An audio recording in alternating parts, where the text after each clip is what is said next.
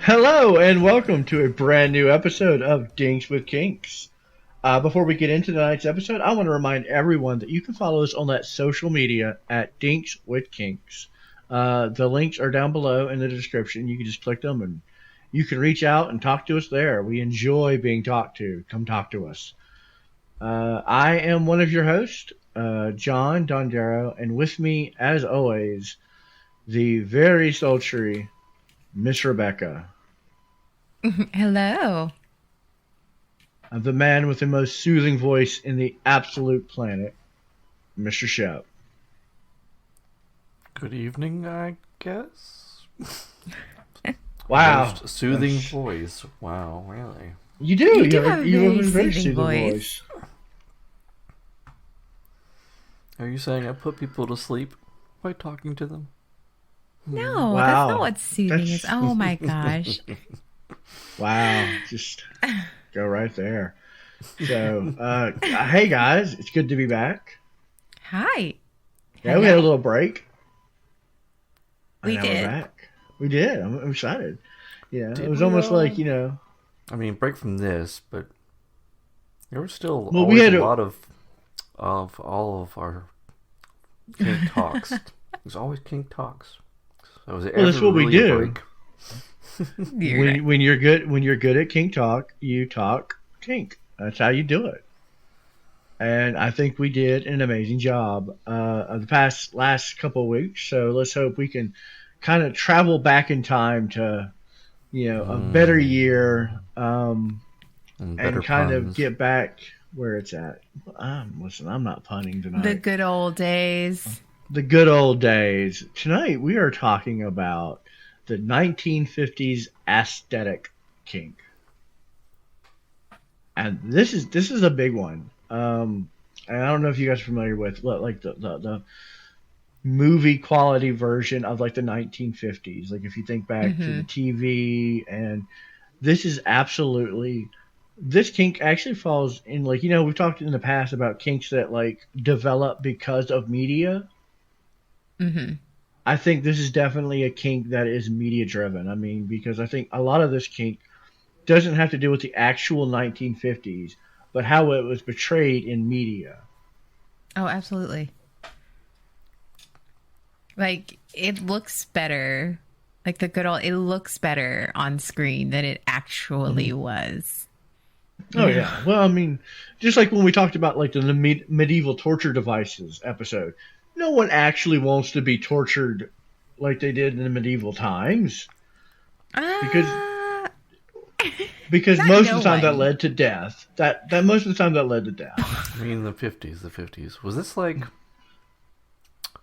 Andy Griffith days, or Leave It to Beaver, Leave It to Mary Beaver. Tyler Poodle Moore, skirts. the Dick Van Dyke Mary Show. Tyler Moore was right on the late 50s because she went into the 60s. Yeah, so I'm thinking more like the Dick Van Dyke Show. Yeah, yeah. so yeah, even then they were. Bewitched. Bewitched. Bewitched. Oh wow! I Dream of Jeannie. Oh, I Dream of Jeannie. She's so hot. I should have known I was bisexual then. Yeah, right. Every time she just wiggled that nose, she had you going. Huh? And that, yeah. She's No, that was "I Bewitched wonder how was that nose wiggle wiggles. feels." Yeah. Bewitched was the nose wiggling. I Dream of Jeannie was the blink nod. Oh yes, blink nod. Arms the hair whip. crossed, blink nod. But like, She said, yes, master. I should have known. No, she Yep. did. I should have known. so I think that's where a lot of this kink like stems from, is just that nostalgic feeling, and both like the attire of the thing. It's like all women always wore dresses or skirts, and like they were always, I wouldn't say like summer dresses. They're actually coming real popular again, but that was very much a 1950s aesthetic. Mm-hmm. Of like, Yes, men it's- really got off on seeing those ankles. Mhm. I mean, they really did. And there is, like, we're going to talk about the darker aspects of it tonight as well. Like, just the whole, like, the servitude style of like sub-dom relationship of stuff like that. But as something I found that's quite the shocker is most of the people I have met and talked to that have this fetish are female. Now, I am not saying I have not met a male with this fetish, but I have met quite a lot. And even looking on FetLife, the majority of people who have this kink are female. I can see that though. Yeah. I could too, because it's almost like a transformation fetish, and because the 1950s did have their own quite specific style of dress back then. Yeah. And I don't even think it's just all about the aesthetic, because this is and the reason I say that's so shocking, because when you think about the 1950s and you think about the equality of like women had no place, there's opens the door for a lot of like toxic masculinity, male chauvinistness, and stuff like that. And so you're like, why would a woman want to be in there? But I'm like, no, but the fantasy of it I can get. It's like I think it might be a little bit more than that. I can, because I like the aesthetic. It's not a kink or fetish for me, but I do like the aesthetic. I do like the 40s, 50s aesthetic, and it's only because it's very feminine. And in a world that pushes, and it's a very pretty, it's so pretty, and it makes you feel pretty. And like beautiful skin, perfect hair, the dress that fits you and makes you feel just so feminine. And there's something about, and it's not just, those who, I mean, it's just anybody who identifies as female. Like that aesthetic for me as a female, like it makes me feel pretty. And then it makes me feel sexy because I feel pretty. And it's a mental thing when everything's perfect, everything's pretty. And I can get how that can be a fetish and turn somebody on,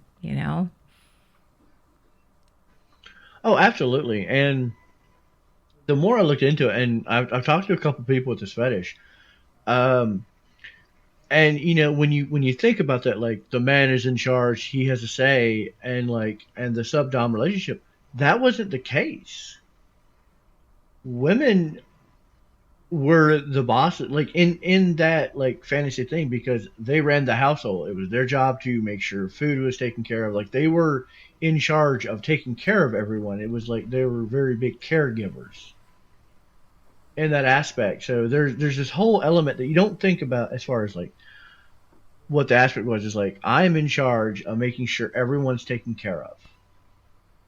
And so it kind of feeds that nurturing side of the kink. Like it's not so much I want to be subservient, but I want my, servitude to be purposeful.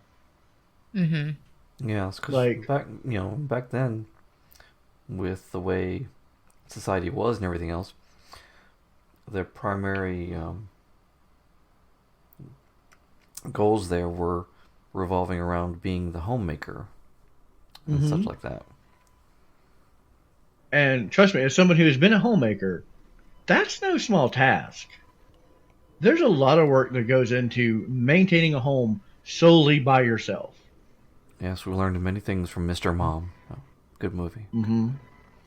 I mean, I've played Mr. Mom before, and it is an entirely large amount of work, but to a degree, I can get the satisfaction from it.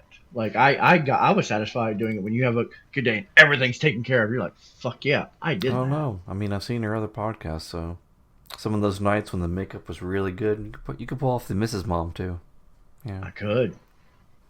Mr. Miss, something like that. I'm going to go a little historical here where we're tying it in on the media. Actually, what we see as the 50s household, the Leave It to Beavers, the perfect female nurturing, the woman's places in the home is actually very media driven, because after World War II, women were working and then they had to return home, and it was very...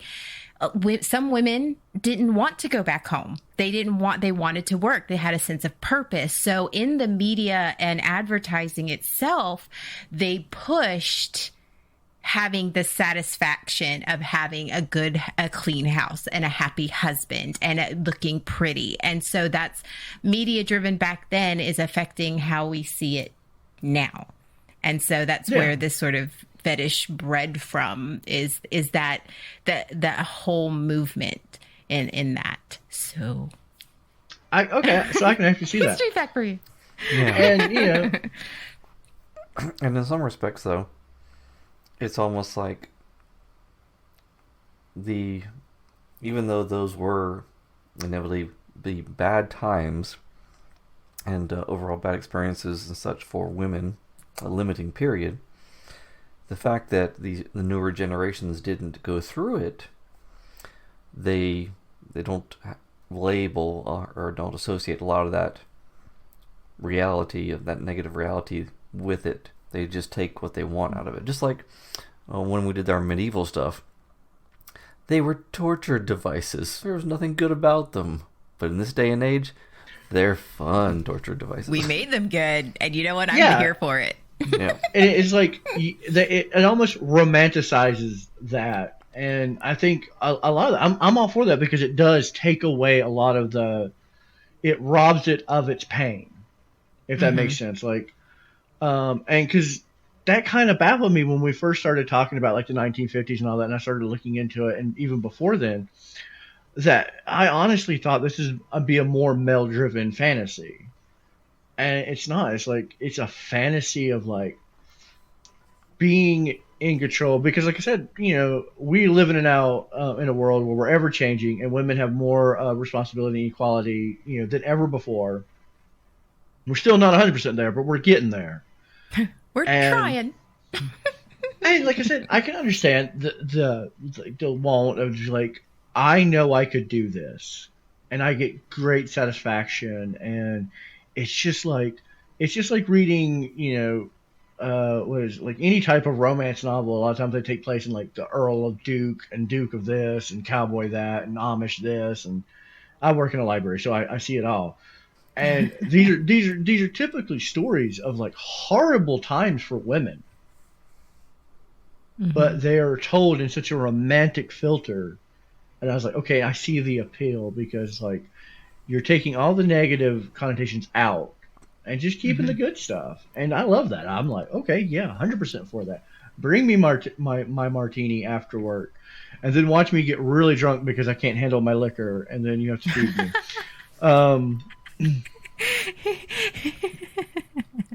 Take care of the laundry, take care of the household, because those are challenges that can be accomplished. And you can get almost immediate gratification, because if your partner is doing it well, they will make you feel good for doing it. Like, I think this kink is very heavily reliant on praise, because to do it properly, because when you really think about it, it's like, oh, you just want to control a woman. It's like, no, you praise the woman for taking such immaculate care of everything. And you're honestly, that's, your partner. And like I said, even if you're role reversing, no matter the gender, you're praising your partner for taking care of the responsibilities at home, and like, giving me a safe and comfortable environment to be in. And that's how I look at it as a partner. Yeah, and maybe this could also be something of a very structured fetish as well. So it's already in its simplicities already laid out of how things look and how things are supposed to act and the roles and everything else. So for those people that have very maybe chaotic and just all of our lives, that just would like nothing to have some good structure and everything else, maybe that could be another draw type, this type of fetish as well. Well, a few weeks back we did talk about the discipline kink. Yes.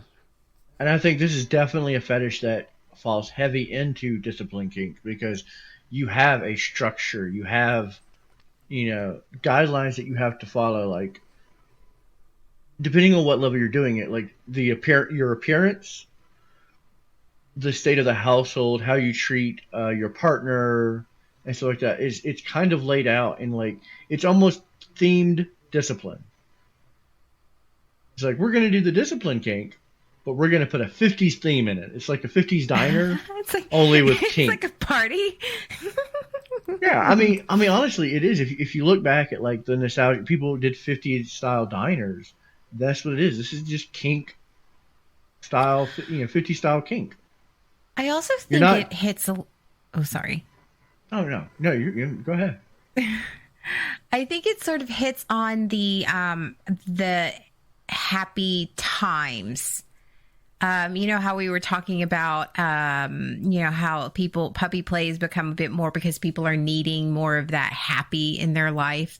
Like in history, we were, coming out of the war, and the 50s is that good time where we were prosperous and people had, everything was a little bit happier. People were happier, teenagers. And so that whole era is romanticized as the happy times, the golden era, that time where everyone was happy and everything was beautiful and sleek and everything was bright pastel colors. And it really is reaching into that need to feel happy and the good times, just like in building a happy home, like being that satisfaction, building that happy home and finding that as, attractive and appealing,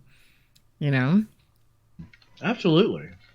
And the more I looked into the kink, the more I'm kind of into the idea of it.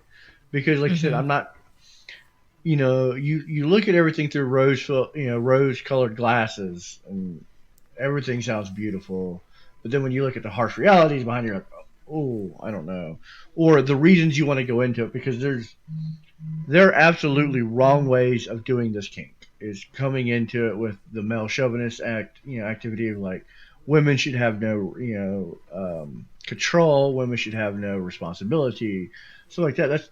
That's not what this kink is about. This kink is about, a loving couple. Like, and typically this is how you do it. You be a couple, and creating that TV quality lifestyle with each other. It's mutual, in respect of, like, even in the shows, if the wife wagged her finger, the husband would go, uh-oh, and it was very playful, and it was, Kind of it is very reminiscent much of WandaVision.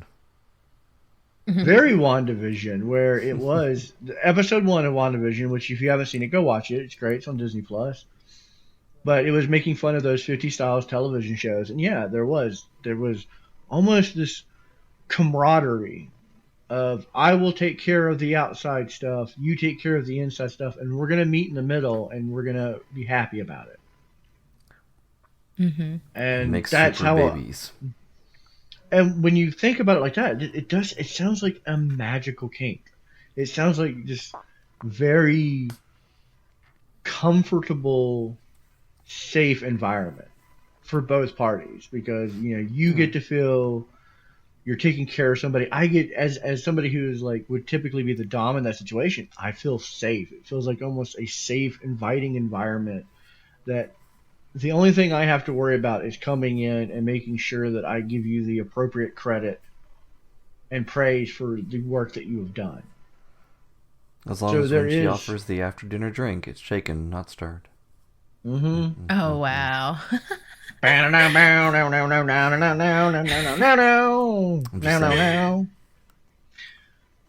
mean, there is that does sound appealing. I mean, I wouldn't say this is my kink, but I can fully understand just where that comes from, because it does sound magical.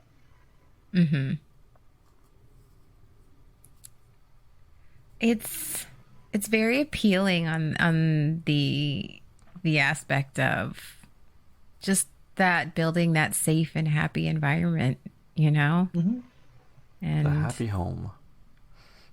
I mean, I'm not gonna lie, just the thought of like thigh high stockings with a garter and some nice kitten heels, I mean, that's sort of cute. Like, Yeah, I was thinking about that. I was like, wasn't that a big generation of hosiery there for you, John? Yeah, because you weren't allowed to have hose during the war. So then, yes, that was a big, like, oh look, That some was the boom stockings of are it. back, guys. Yep. Stockings I was a came hose back. I mean, booming. I'm going to say I was more of a 1960s kind of kid because, that's when pantyhose came around. But it was nice. The 50s was a good footing start. Oh, yeah, And Yeah, yeah, I they would. got the garter belts and stuff back then, right? I think. I'd bend over and stockings get were the a thing. pot roast out of the oven if you were checking out my ass and some hose and heels. I mean, you know what? Exactly. Yeah, Yeah. yeah. I think this is one of those kinks where if both you and your partner are on the same wavelength when it comes to it, this is a great make believe. This is one of those aspects where you get to play not only dress up, and it's not just all sexual. There is this big level of make believe and fantasy that can go outside of the bedroom. Mm-hmm. And I no, I love stuff like that. Like I just imagine a whole day of role play where it ends at the end, and that's when you have sex. It's not like a whole day of just raw sex. It's just a whole day of cheeky playfulness But it and could make be. believe. But it's I mean, not. it But could it be, could be. but you can't do that stuff, and you can't do that stuff in the living room. You can only make cute innuendos. Like that was part of the game of like the 1950s. Is there's innuendo about all of it, but it wasn't like this. It wasn't like flogging or bondage where you did all that stuff just wherever you wanted to. It was very tongue in cheek, and it was very like playful Simple. banter. And literally, it's okay to ask out in public, hey, can the beaver come out and play? Mm-hmm. Leave it to Beaver. If I left it to Beaver, I'd never leave my room. That's true. Wow. But I kind of like that. I kind of I like like that too. the idea Oh, that idea. of doing a kink that is so wholesome, that has like such a wholesome thing, and you both know where it's leading, and if you're both on the same wavelength, that's a good connection. I think like Mm-hmm. that's why I'm really big on this, because this is one of those kinks. If it's done right, it definitely builds like bonding between the two because you're both having fun doing something. And it's one of those things you can do it in front of everybody, and no one, everyone's just like, "Oh, they're so cute." In reality, you're like, "Oh, we're gonna fuck each other's brains out later." Oh man, we're gonna push our two beds together because we sleep in separate beds, and we're gonna push them together, And then push them and together. Oh, and then no. we're both gonna go under the cover, and the TV is going to fade out. The scene's gonna fade to black. There it is. And that's how the night ends. And I'm all about that. Like I'm It just can end so with some nice into Sanford and Son music. that. No, no. That was the 70s. That was Aw, 70s, very man. 70s. I was 20 jumping years, too a far. little 20 years too soon. Damn. No, I like Happy it. Days I was think too soon there too, but those are some happy days. Let's see here. Good those times. were some No, happy no. days. Man, Very I'm Dick low Van on my Dyke. TV references. I've got to trip over the ottoman, and have my boss over for dinner, stuff like that. That's also the era of James Dean and when Brando got his start, like where the bad boy in the tight t-shirt, and that's when teenagers, and so you have that, the t-shirt actually started to come in fashion. So you have the tight jeans, denim for men started coming in fashion. So it's like the white tee with the jeans and the cigarettes rolled up in the sleeve. Oh my. I was about to say I played that character in a film. If you guys listen to the podcast and you want to go watch a good comedy, there's a film on Amazon Prime called The Devil's Lettuce, and I play a 1950s greaser, rolled up cigarette, and pack of cigarettes rolled up, and I am a drug dealer, and I've got the tight jeans, the white t-shirt with the cigarette pack rolled up, with the hair slicked back, with my whole little posse. And it is set in the 1950s, and it is wholesomely adult fun. It is And a that's where very the dark comedy. play comes in, like the rebel, the rebel with the heart of gold, and the good girl getting like getting spoiled by the bad boy, like that's also very appealing, you know? It's like that's fun to play too. It's not always the 50s married couple. You can have that also fun where it's like, how about Rebel you without roll a up some of cause. this? Yeah, how about you roll some of the cigarettes in the sleeve and see what happens? How could you be a rebel without a cause? Because to rebel, you have to have a cause to rebel against. That's the whole point of the title. What? All right. All right. So I think we've done this topic really good justice. Now I kind of want to know, is this a kink that you would do with your partner? Because that's the one thing we haven't talked about. I know, like, we talked about like the benefits of it and stuff like that, but is this something that you would actually do in your day to day like life? Because, like I said, this is not a kink that you could possibly do like any justice and do it less than like a day or like a couple hours. Like, this is a whole play session. I mean, to be honest, not particularly. I can see the appeal, and I like the aesthetic. I would definitely dress in the aesthetic, but I think as a kink, as a sexual thing, probably not.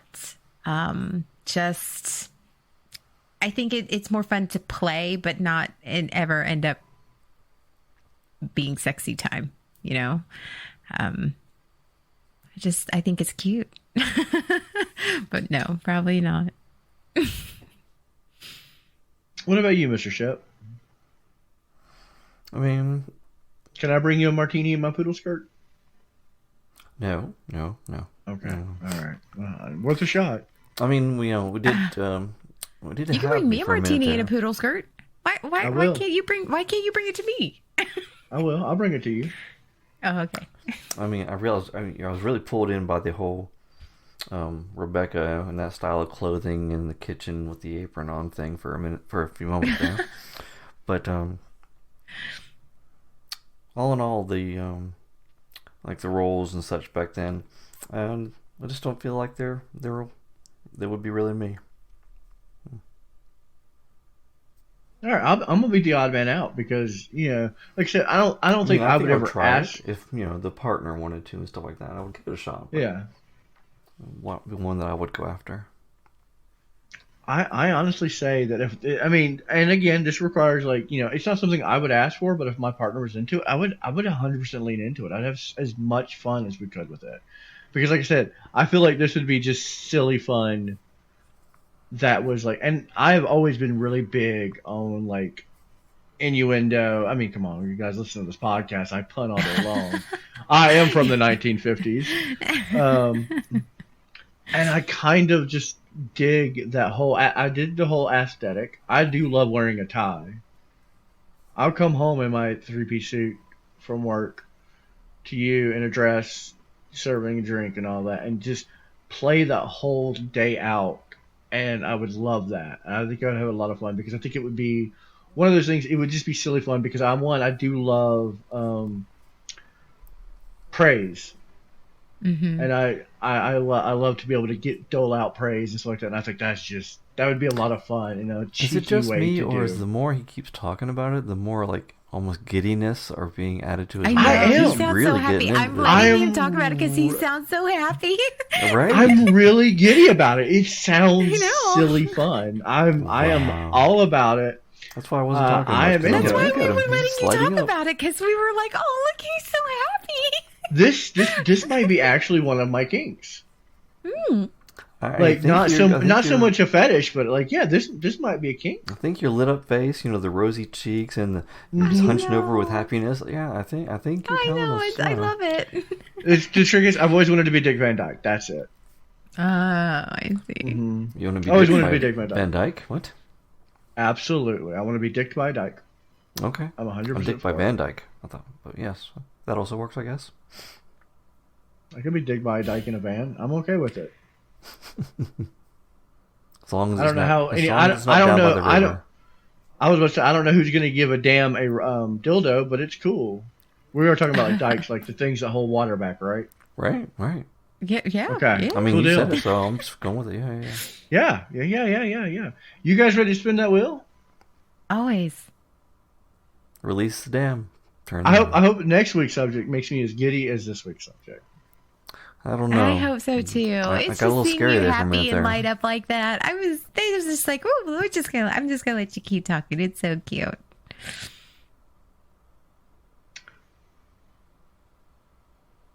So, Oh, so no. next week, I don't think I'm gonna get as giddy about next week. Oh no. I might get a little weebish.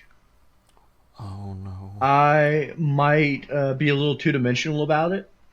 Oh, is it hentai? Yes and no. Yes and no. We're going to talk about anime in general. Oh. And so, yeah, we will cover hentai as well. I mean, we know what kind of because- anime she likes right off the bat, but yeah. Yeah, there we go. She didn't even go yeah, anime. no. She like skipped right past anime. Like, ooh, Yeah. hentai? Hentai?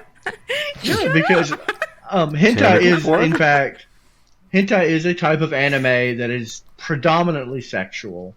But I want to cover anime as a whole because there is a lot of kink that goes with just anime in general.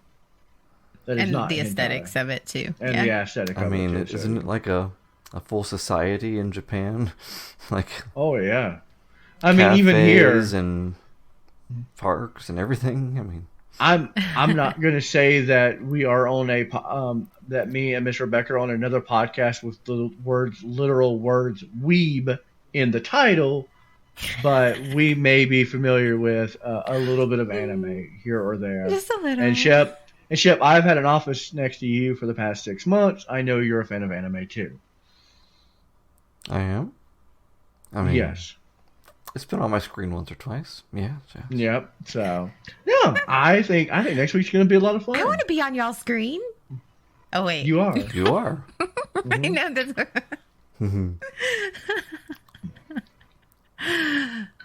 Anyway. And like every week, we hopefully are in your ears talking about another fantastic kink. Next week, we're going to cover the wonderful subject of anime and hentai. It's going to be fun. I've seen enough hentai to know where this is going.